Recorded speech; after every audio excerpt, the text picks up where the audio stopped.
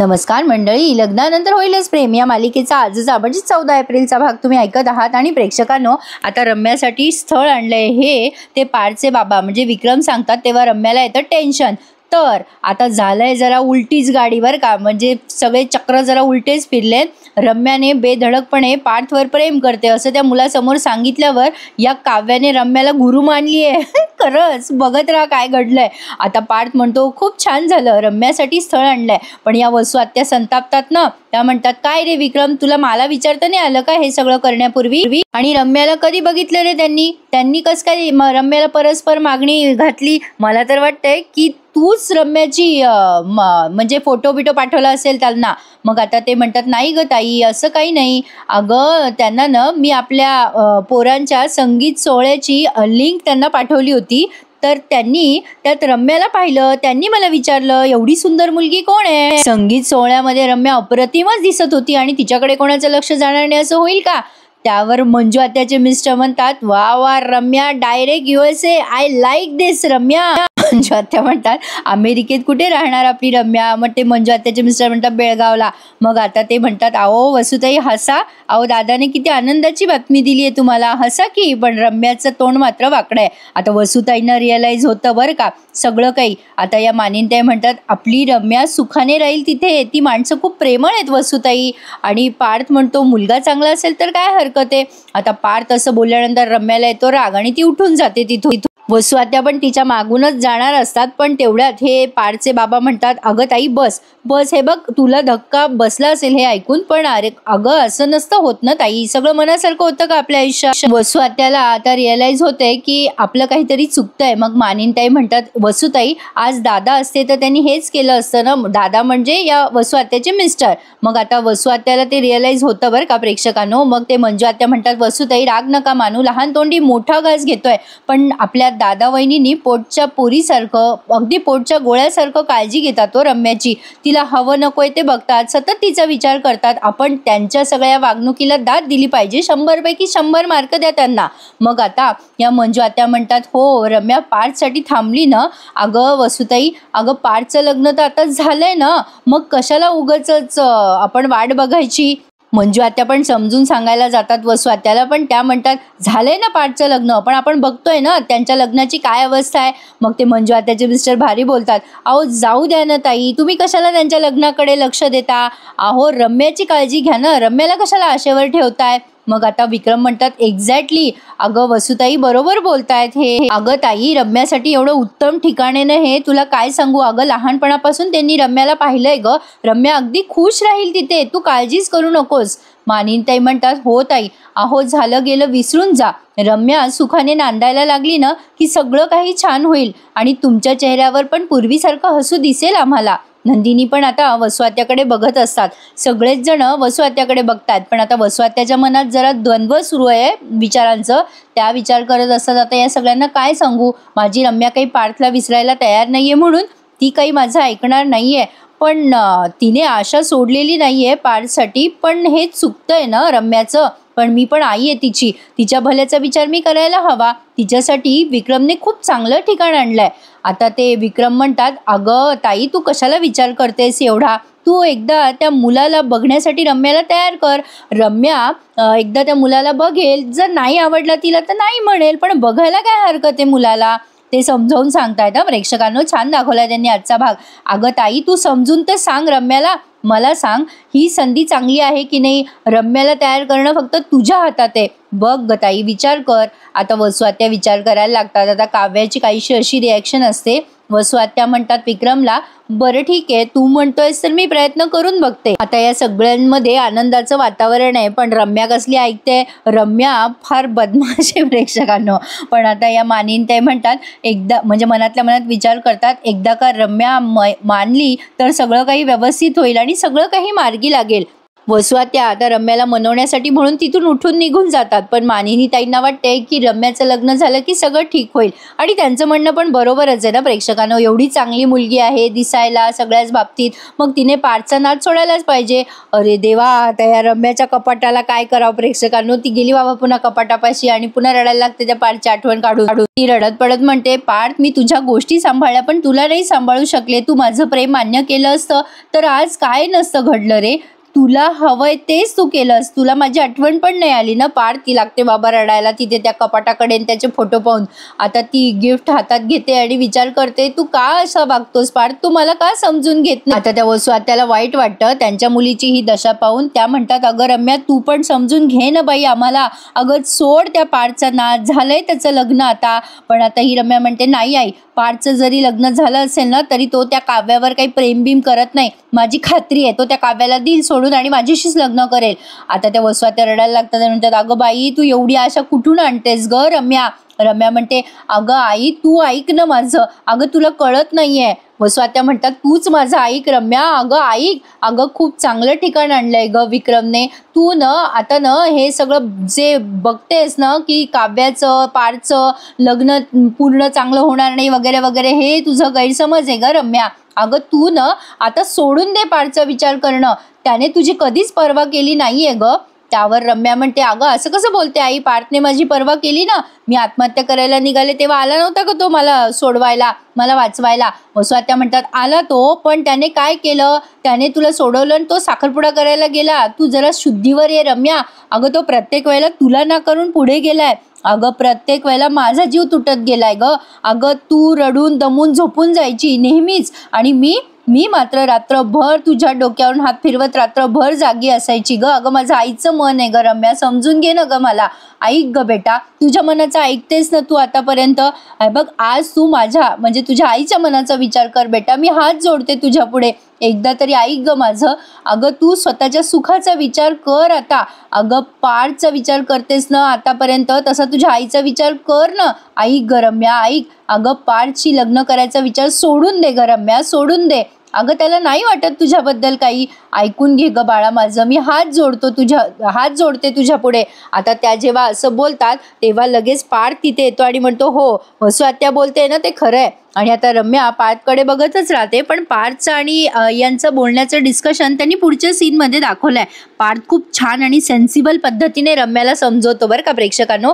वसुआत्या त्या रम्याला मनवतातच आणि शेवटी रम्या तो मुलगा बघायला तयार होते, पण त्या मुलासमोर तिने या देशमुखांचा जरा पचकाच केलाय. बघत राहा पुढे काय काय घडलं. बघण्याचा कार्यक्रम पण त्यांनी आजच दाखवलाय. तर आता मानिनी ताई खुश होऊन जातात बरं का त्यांच्या मिस्टरांवर, कारण त्यांच्या मिस्टरांनी रम्यासाठी ठिकाण आणलंय ना म्हणून. आता हे गोळ्या वगैरे घ्यायला सांगतात मानिनी ताई त्यांना. हे जरा टेन्शनमध्ये असतात. मानिनी ताई म्हणतात, काय हो काय झालं तुम्हाला. मग ते विक्रम म्हणतात, काही नाही ग, मी रम्यासाठी जे ठिकाण आणलंय ते. आता मानिनी ताई म्हणतात, अहो उत्तम केलंय, म्हणजे मी तुम्हाला सकाळी बोलले आणि तुम्ही लगेच राजकुमारही शोधला रम्यासाठी आणि आपल्या मुलांचा संसारही सुखाचा करायचा विचार केला, हे मला आवडलं. आता विक्रम म्हणतात, गेली आहे वसुताई रम्याला मनवायला, पण रम्या म्हणजे ऐकेल की नाही जरा शंका आहे मला. म्हणजे वसुताई सारखीच रम्या हट्टी आहे, म्हणजे वसुताई रम्याच्या प्रेमात आणि रम्या आपल्या पाठच्या प्रेमात. आता केव्हा काय होईल काही सांगता येत नाही बाई. म्हणजे लग्नाला ती तयार होते की नाही अवघडच दिसतंय मला. मग मानिनताई म्हणतात, एक सांगू का तुम्हाला, वसुताईंना हे सगळं पटलंय बरं का, त्यांच्या नजरेतूनच मला जाणवलंय आणि त्या समजवतील रम्याला. तुम्ही काळजी नका करू, तुम्ही गोळ्या घ्या बरं. आता ते गोळ्या वगैरे घेतात पारसे बाबा. तेव्हा मानिनताई म्हणतात, अगदीच तसं वाटलं ना तर मिथून भाऊजी आणि मी बोलून आम्ही समजावून सांगू रम्याला. तेवढ्या तिथे नंदिनी येते बरं का आणि या म्हणजे तिच्या सासू सासऱ्यांचे आभार मानत म्हणते, आई बाबा मला ना तुमचे आभार मानायचे होते, तुम्ही रम्यासाठी ठिकाण आणलं, खूप छान वाटतंय मला. म्हणजे या सगळ्या गोष्टींची खूप गरज होती आणि मला खूप भारी वाटलंय बाबा, एवढी चांगली गोष्ट तुम्ही केली तर थँक्यू तर म्हणायला हवं ना. मग आता विक्रम म्हणतात, नाही रे बेटा थँक्यू काय त्यात. अगं रम्या कशी वागत असली तरी तिच्या भल्याचा विचार आम्ही करणारच ना. तर आता या मानिनताई म्हणतात, आपल्या सगळ्यांच्या भविष्याच्या दृष्टीने हे गरजेचं होतं आणि मुख्यतः पार्थ काव्यासाठी. फक्त आता रम्याने हे मान्य करायला हवं. मग नंदिनी म्हणते, आई ती मान्य करेल, आपण सगळ्यांनी पॉझिटिव्ह राहायला हवं. एक सांगू का आई, मला ना रम्याबद्दल राग नाहीये, पण कसं आहे ना, ती या सगळ्याला हो म्हणाली त्यामुळे तिचं भलं होणार आहे आणि काव्याचाही संसार सुरळीत होणार आहे. यापेक्षा मोठी गोष्ट काय असणार आहे माझ्यासाठी. मला माहिती आहे काव्या जरा रागराग करते, पण तरीसुद्धा तुम्ही काव्याच्या सुखाचा विचार करताय, त्यासाठी थँक्यू सो मच. आता कसं आहे प्रेक्षकांनो, नंदिनी मोठी बहीण म्हणून तिचं कर्तव्य बजावण्यात कधी कमी पडत नाही. ती अतिशय समजूतदार आहे आणि तसंही मोठं लेकरू जरा समजूतदार असतंच. बऱ्याच केसेसमध्ये असं होतं बरं का. मानिनताई म्हणतात, अगं बेटा किती वेळेला थँक्यू म्हणणार आहेस. अगं काव्याचं सुख आणि त्या रम्याचं सुख हे एकमेकांवर अवलंबून असणार आहे. अगं काव्या आणि रम्या आम्हाला मुलीसारख्याच ना, काव्याचा विचार केला काय आणि रम्याचा विचार काय, एकूण एकच. त्यावर विक्रम म्हणतात, पण एक सांगू बेटा नंदिनी, तू इथे आलीस, थँक्यू म्हणालीस, मला फारच छान वाटलंय. मग मानिनताई म्हणतात, अहो म्हणूनच मी तुम्हाला सांगत असते, रोज तुम्ही ना एकदा तरी आपल्या या धाकट्या सुनेला भेटत जा, तुम्हाला रोज हुरूप येईल. असं म्हणून आता या मानिनीताई नंदिनीला असं जवळ घेतात. पण प्रेक्षकांना एक सांगू, नंदिनी आणि मानिनीताई अगदी बहिणी बहिणीच वाटतात. तर असो, आता या नंदिनीला जवळ घेत तिचे लाड करतात. आता हा जो सीन आहे ना पुढचा, तो छान दाखवलाय त्यांनी. पार्थ बघा आता रम्याला कसा समजावून सांगतो. आता पार्थ आल्यावर रम्या खुश होते, तिला वाटतं चला पार्थ कुठल्या ना कुठल्या गोष्टीमुळे आपल्याशी बोलायला आला ना. मग आता हा पार्थ म्हणतो, मला रम्याबद्दल काहीच वाटत नाही असं नाहीये वसुआत्या. मग वसुआत्या म्हणतात, काय बोलतोयस पार्थ, म्हणजे तुला रम्याबद्दल. आता पार्थ वसुआत्याला पुढे बोलूच देत नाही आणि म्हणतो, हो वसुआत्या, वाटतं ना मला रम्याबद्दल. एक मित्र म्हणून मला फक्त काळजी वाटते, आपुलकी वाटते आणि मलाही वाटतं की तिने जरा तिच्या आयुष्यात पुढे जावं आणि स्वतःचा विचार करावा.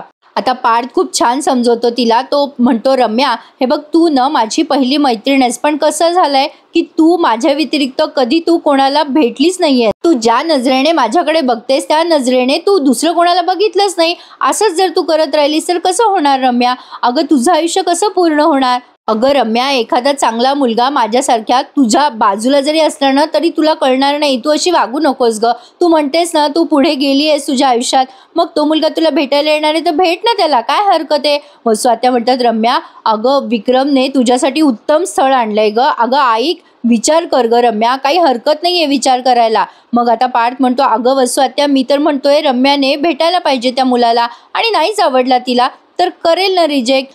जसं तू तुझ्या म्हणजे तुला आवडत नसलेल्या माझ्या डिझाईन्स रिजेक्ट करते, तुला हवं तसं नाही. म्हणजे बरोबर बोलतोय ना मी तुला.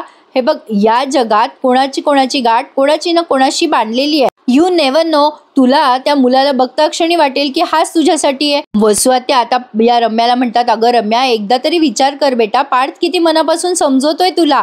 मग आता पार्थ पण म्हणतो, रम्या प्लीज विचार कर या गोष्टीचा. मग रम्या पार्थचं ऐकते बरं का आणि म्हणते, ठीक आहे पार्थ, तुझी इच्छा आहे ना मी त्या मुलाला भेटावं, मग मी भेटेल. आता या वसुआत्या लगेच रम्याचे लाड करायला लागतात, पण रम्या मात्र पार्थकडेच बघते. आता तिने जरा गुगली टाकली आहे बरं का. आता हे सगळं प्रकरण शांत करायचं, उगाच वाढवायचं नाही म्हणून तिने होकार दिलाय, पण पाहण्याच्या कार्यक्रमात तिने बरोबर जो गोंधळ घालायचा आहे तो घातलाय. अवघड असतात बाबा अशा पोरी. तर असो, आता पाहायचा कार्यक्रम सुरू झालाय. आता त्या पाहुण्यांचं वेलकम वगैरे होतंय.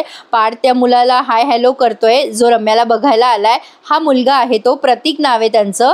त्या मुलाचं नाव प्रतीक आहे. आता हे विक्रमचे लहानपणीचे कोणीतरी मित्र आहेत, त्यामुळे त्यांची ओळख खूप छान आहे. तर त्यांचं बोलणं अगदी फ्रँकली ऐकवलंय आपल्याला. आता विक्रम म्हणतात, बघ ना किती दिवसानंतर भेट झाली ना मानिनी. ते म्हणतात, अहो हो, मी तर यांच्याबद्दल खूप काही ऐकलंय. अमेरिकेत काय काय उद्योग करतात म्हणे या. आता शब्दावर जाऊ नका, त्या खरंच बिझनेस करतात अमेरिकेत, असं मानिनी ते जरा मराठीतून बोलतात. तर बघा, त्या म्हणतात की हो करते मी जरा छोटे मोठे उद्योग, थोडे बिझनेस, थोडं मन रमतं ना आपलं. या मुलाची जी आई आहे ना प्रेक्षकांनो, ती कसल्या तरी फळांचे मुरंबे वगैरे घालते. आता मंजू आत्याच्या नवऱ्याला त्यांची ही बिझनेसची कल्पना फार आवडली आहे. ते सहज गंमत करतात, अरे वा, म्हणजे आमची रम्या तुमच्याकडे आल्यावर आम्हाला पण जरा मदत होईल, आम्ही जरा बिझनेस करू. मग मंजू आत्या म्हणतात, हो ना बाई, मला पण तेच वाटतंय, आपणही जरा आपली लोणची बिंची तिकडे अमेरिकेला विकू ना, आपली रम्या आहेच की तिथे, ती करेल आपल्याला मदत. मग आता मंजू आत्याचे मिस्टर म्हणतात, हो अगं, मला तर आत्तापासूनच दिसतंय आपली रम्या लोणच्याच्या पिशव्या घेऊन चालली अमेरिकेला. जरा गंमत जम्मत ऐकवली आहे. मग आता तो प्रतीक त्याच्याबद्दल सांगतो की त्याचा बिझनेस आहे वगैरे वगैरे. आता नंदिनी काव्या पण तिथेच आहेत बरं का. यांच्या थोड्या गप्पा गोष्टी झाल्यानंतर ते प्रतीकचे वडील म्हणतात, आमच्या होणाऱ्या सुनेला दाखवा की, तिला बघायला आलोय आम्ही. मग मानिनताई म्हणतात, जा ग रम्याला घेऊन ये. मग रम्याला आणण्यात येते बरं का. मग रम्याला ओळख करून देतात विक्रम की अगं रम्या, हे बघ हा माझा लहानपणीचा मित्र आहे बरं का, माझा मित्र आशिष आणि ही त्याची बायको अनुजा आणि त्यांचा हा मुलगा प्रतीक. मग आता मानिनताई विचारतात, प्रतीक तू काय करतोस रे? मग तो सांगतो, आंटी मी फायनान्समध्ये आणि मोठे मोठे इंटेरियर डिझाईन करतो. मग वसुआत्या म्हणतात, अरे वा, आमच्या रम्याने सुद्धा इंटेरियर डिझाईन मध्ये मास्टर केलंय. माझ्या रम्याचे वडील ती लहान असतानाच गेले, पण माझ्या रम्याने स्वतःला सावरून मलाही सांभाळलं. माझी रम्या फक्त डिझायनिंग मध्येच मास्टर नाही बरं का, कुकिंग आणि बेकिंग मध्ये सुद्धा. तुम्ही तिच्या हातचे कांदे पोहे खाल ना तर तुमच्या लक्षात येईल. आणि आता रम्याने सगळ्यांना कांदे पोहे सर्व केलेत. खरंच प्रेक्षकांनो, एवढी गुणी पोरगी आहे, पण तिच्या एका विचारामुळे तिचं आयुष्य खराब करतीये. कसं असतं ना, कसं समजून सांगावं कळतच नाही पोरींना. आता रम्याचे म्हणजे केलेले पोहे सगळ्यांना फार आवडलेत. आता रम्याचे पोह्याचं कौतुक होत आहे. मग ते प्रतीकचे वडील म्हणतात, काय छान आणि सुरेख झालेत पोहे, या दोघांनी एकमेकांना पसंत करा, आमची काही अपेक्षा नाहीये, आम्हाला नारळ मुलगीच द्या. आणि अण्णा बघता क्षणी रम्या आवडली आहे. त्या प्रतीकची आई पण म्हणते की आम्हाला मुलगी पसंत आहे. काय रे प्रतीक, तुला आवडली ना मुलगी? मग आता तो प्रतीक पण म्हणतो, हो मला खूप आवडली रम्या. त्यानंतर वसुआत्या म्हणतात, रम्या अगं तू आणि प्रतीक जा जरा गप्पा मारा. मग आता मानिनताई म्हणतात, हो हो तुम्हाला बोलायचं असेल तर जा ना बोला. आता नंदिनी काही बोलणार तेवढ्यात रम्या म्हणते, तुम्ही आणि तुमची फॅमिली खूप चांगली आहे. नाही तसंही तुमच्या घरी मी सून म्हणून आले तर माझ्यासारखी नशीबवान मीच असेल. एवढ्या मोठ्या मनाचा नवरा आणि सासू सासरे मिळायला खरंच भाग्यच लागतं. आता रम्या जेव्हा अशी बोलते तेव्हा सगळ्यांनाच कोडं पडलंय. मानिनताई म्हणतात, रम्या अगं काय बोलतेस? रम्या म्हणते, अगं हो मामी बरोबर बोलते मी, एका लग्न झालेल्या मुलीचा हात मागायला आलेत ना हे. आता हे बोलल्यानंतर सगळ्यांचे डोळे काळे पांढरे पडतात ना, सगळे रम्याकडेच बघायला लागतात. अरेच्छा, हे काय बडबडतीयस ही रम्या? आता या विक्रमला पण जरा रागच येतो ना. रम्या म्हणते, नाही यासाठी त्यांचं कौतुक नको का करायला, त्यांनी माझा हात मागायसाठी पुढाकार घेतलाय, म्हणजे त्यांना माहिती आहे की माझं लग्न झालंय. म्हणजे नसेल माहिती तर आपण सांगायला हवं ना.